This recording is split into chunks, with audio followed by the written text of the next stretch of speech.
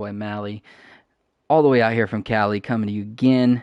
Uh, we got that simulation done, and Jack is joining me once again. We're going to take a look at this box score, see what happened in the computer simulation, and kind of go over our expectations. And Jack, you excited? Oh yeah, I'm hyped. I really have no clue how this game could have played out.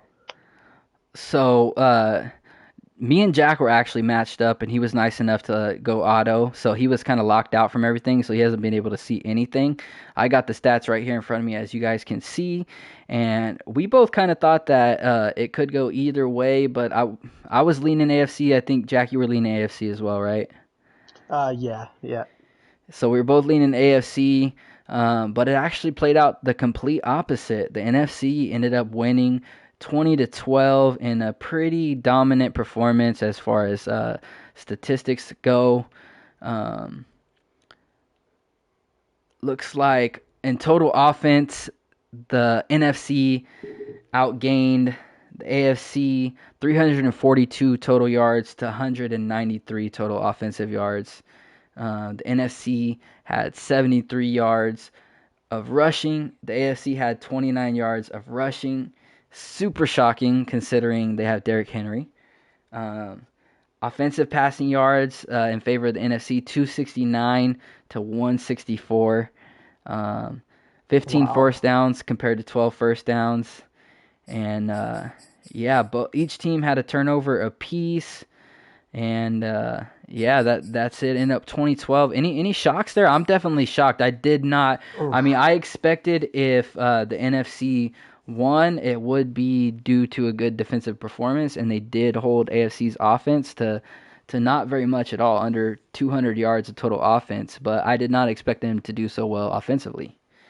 Yeah, that's about where I am right now. The offense of the NFC, um, that surprises me. Now I know that there were some holes in the AFC defense. I said that earlier.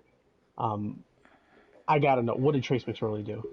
I have to know. You know what? Okay, here's the weird thing. I wonder how they will sub this out with the each if they do it auto. They did not sub out any of the backups at all. The starters played the entire matchup.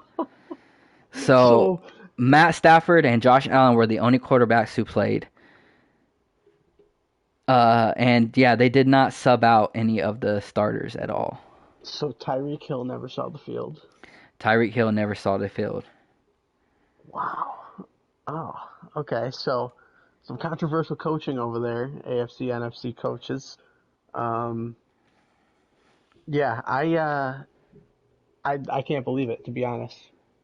Actually, now that you say that Trace McSorley doesn't come in, I it's understandable. It's a one possession game still, but it seems to be in a dominant fashion between yards and stuff like that. That NFC just outclassed everybody. But I think AFC has more superstars and X factors. Let's just say abilities overall than the NFC does. Um, I'm pretty sure that they do, and yet they still ended up coming out on top. Maybe it's just the heart, you know. Yeah, what surprised me so much was Matt Stafford outperforming Josh Allen. I expected Josh Allen to be one of the X factors along with Derrick Henry, and they shut both of those guys down. Josh Allen did not have Hmm. a good game, uh, and neither did Derrick Henry. Derrick Henry got held to 2.6 yards per carry, and he had 10 carries for 20 something yards, man, 26 yards. So Derrick Henry did not Wow. do anything. Josh Allen went 19 for 30. He had 183 passing yards and he had zero touchdowns and one interception. Mm, Whereas I'm disappointed. whereas Matt Stafford had 23 completions out of 26 attempts. He had 88% completion rating, 300 yards, two touchdowns, zero interceptions. He did have a fumble. Wow. That was their one turnover was Matt Stafford actually got sacked in the red zone, fumbled the football, and the AFC got it back late in the game and ended up getting, I believe, a field goal out of that drive. But other than that, pretty much pure dominance by the NFC. Derrick Henry, like I said, 10 carries, 26 yards, zero touchdowns. Antonio Gibson for the NFC. Uh, he touched the ball a lot. He had 21 carries, 75 yards. Not super impressive on the average, only 3.5, but they gave him the ball a bunch. I saw in the highlights as I was going through, I saw that they checked it down to Antonio Gibson a lot of 3, 4 yard passes. Um, so yeah, very very shocking there. I know my boy Carl. One thing I'm excited about, the one interception that Josh Allen threw, my boy Carlton Davis got that pick. Little curl route, he jumped the route, got a nice little pick there. Uh, Mm. so looking at the receiving, like you said, Tyreek Hill did not touch the field at all. DK Metcalf had a big play, and he had 7 catches for 122 yards for the NFC. Over there on the AFC side, it was Christian Kirk that was doing it for him. He had 9 catches for 108 yards. So he accounted for about 75% of the team's catches um, and yards there. Um, Antonio Gibson, like I said, they were checking down to him for the NFC a lot. He had 6 catches for 45 yards. Darius Slayton had 4 for 68. Waddle for the AFC had 4 for 54. Jacob Harris for the NFC had 4 for 44. TJ Hawkinson had 2 for 21 and a touchdown. So yeah, it's Wow. mostly all NFC here. The only AFC guys that even got involved were Jalen Waddle and Christian Kirk. And then Darren Waller and Derrick Henry had a couple short passes that they didn't break over 20 yards on the catching. Did Miles Boykin return any punts? That's what I gotta know. I don't think there was any punts returned, but let me double check real quick. Let me just pull that up. I don't even know if I checked those stats. I don't even know if I checked those stats. No, he did not. He did not. So he earned that spot. Trust me, I promise. He earned that spot. Yes. Uh, there was actually the punt returns were actually horrible. So Oh Miles gosh. Boykin had 3 punt returns for 0 yards. So he was pretty much catching them and getting hit right there or fair catching them. So yeah, not much going on there. Kind of a big shocker to me. I did not expect. I expected that the NFC could win, but I didn't think they were going to be this dominant. I mean, technically it's only a one score game, but AFC scored very late to bring it to one score, and they weren't really doing much, as you could see by the statistics. Uh, the computer game, they had a couple crazy plays, couple good hits, couple good sacks, but overall, just not nearly as exciting as watching a user game. I realized Yeah. a lot of check downs, a lot of like quick curl routes, dropping it down, nothing crazy, just a lot of like short passes. And then, like you had the one big play from DK and stuff like that. You had the big sack by the AFC that got them the fumble that put them within a score at the end there. But other than that, nothing too crazy went down. I wanted to show you guys on the screen here the stats, but what happened was it glitched out. Obviously, as you can see, those box score stats don't match up with these player stats because these player stats were from a user game. That's absolutely insane. Because yeah, as you can see, those don't numbers don't match up at all to these box score stats. So that's why I just kind of read them off based off of the stream we had earlier. So Yeah, it's crazy. I would say Matt Stafford was kind of the MVP of the Pro Bowl. Would you have expected that at all? Well, you knew it was a possibility, him being QB1. He's there for a reason. Um, it had to be either Josh Allen or Matt Stafford, and the winning team has to get the MVP, right? So it was a 50-50 shot, and I'm impressed, though. Matt Stafford, I'm happy that he's not on the Lions anymore. He deserves much better. So glad to see that he's thriving on the Rams.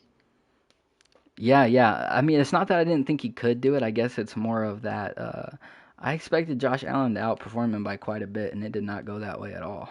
Yeah, not a good representation from Josh Allen for sure. AFC coaching, they needed to sub in the needed people. The big names that that fell on the list. Just because they're on the bottom of the list doesn't mean they're bad. Come on, coach, put them in. Let the guys play. They showed up. You might as well. They suited up.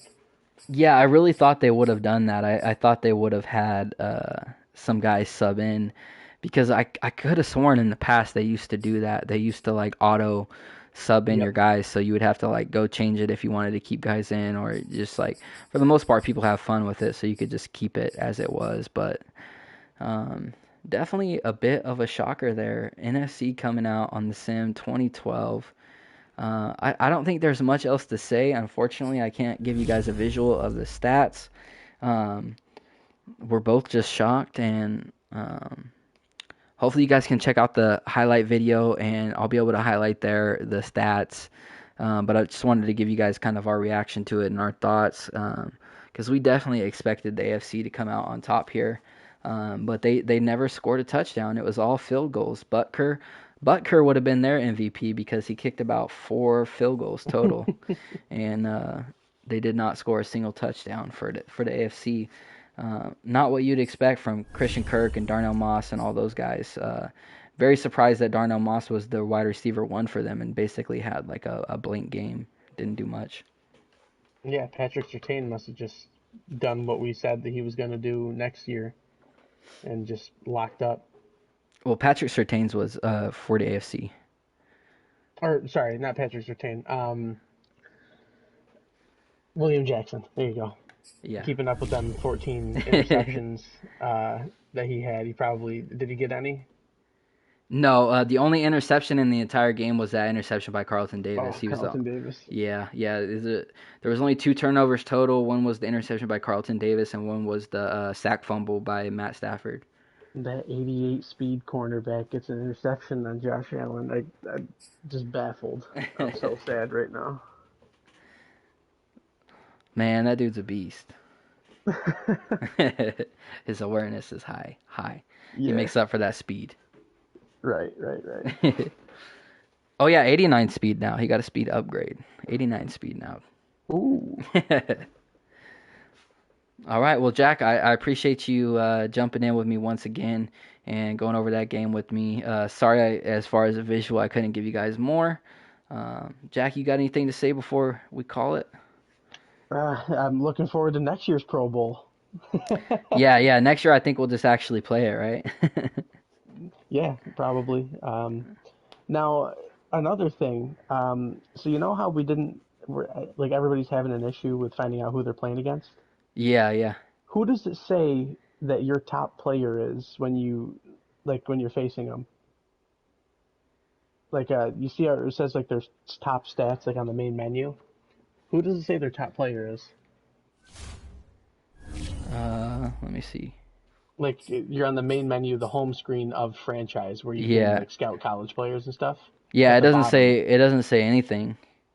It See, just for me, for it mine shows it for mine it shows my player. For mine it shows Tom Brady. see, it shows Tom Brady for me too. That's so weird. Yeah, it shows Tom Brady, and then it says then you can move over to overall ranks, and it's just blank. Yeah, they're blank. Yeah, they I mess it figured. up this year as far as that goes for CFMs. For I mean, if you're playing the computer, it's not a big deal because you know you're gonna play the computer. But there's no way Right. for you to. There's no league schedule or team schedule that has the postseason, so I didn't know who I was matched up against.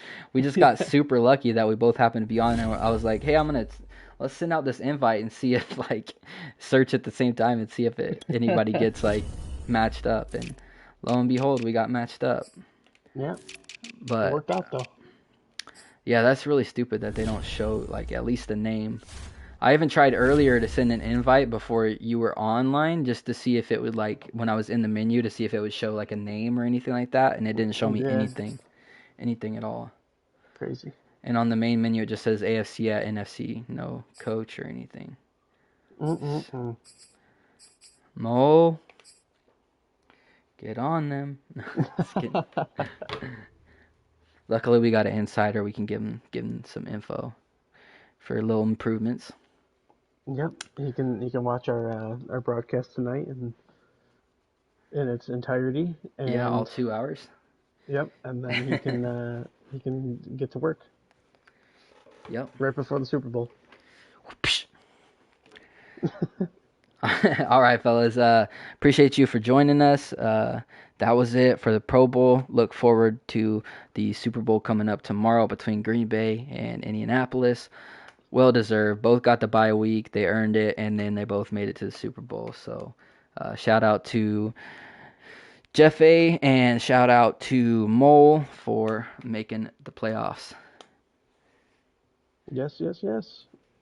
Y'all have a good night. Peace out. Peace.